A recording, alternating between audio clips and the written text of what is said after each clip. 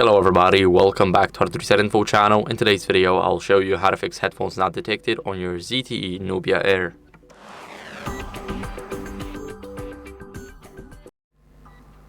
So first, what you guys want to do is use an original or certified adapter if you're using one for your jack headphones. If you're using a USB-C wired headphones, then clean the charging port, because dust can block the connection. You guys can use the air compressor for that.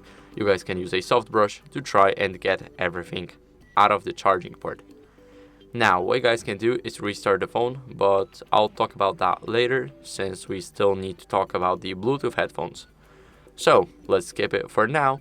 And what you guys can also do is try and test another pair of headphones with your device, or try using the same pair that you used on this device on another device to see which one is working.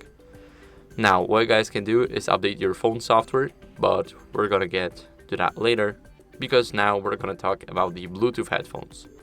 So, what you guys want to do is turn the Bluetooth off and on. Go into the settings, and here in the settings, go to Bluetooth. Now my Bluetooth is turned off already, so I'll quickly turn it on, then turn it off, and now you guys need to wait about a couple of seconds, and you can enable it back on.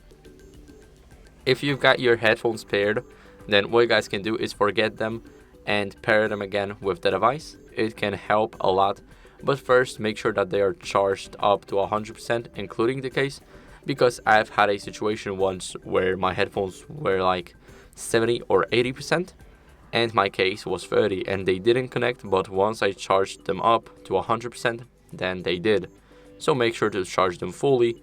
What you guys can do next is make sure that you avoid any device interference. So whenever your phone is already connected or other phones are connected to your headphones, then maybe the headphones are connecting there and not to your device.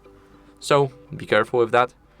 Now let's talk about the restarting the phone and checking our updates, so our software. Let's restart the phone first.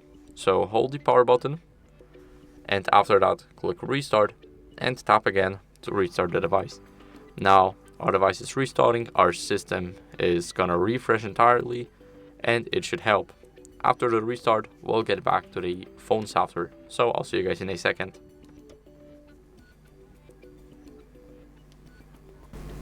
Now, after the phone restart, let's quickly unlock it and go over into the settings to update our phone's software.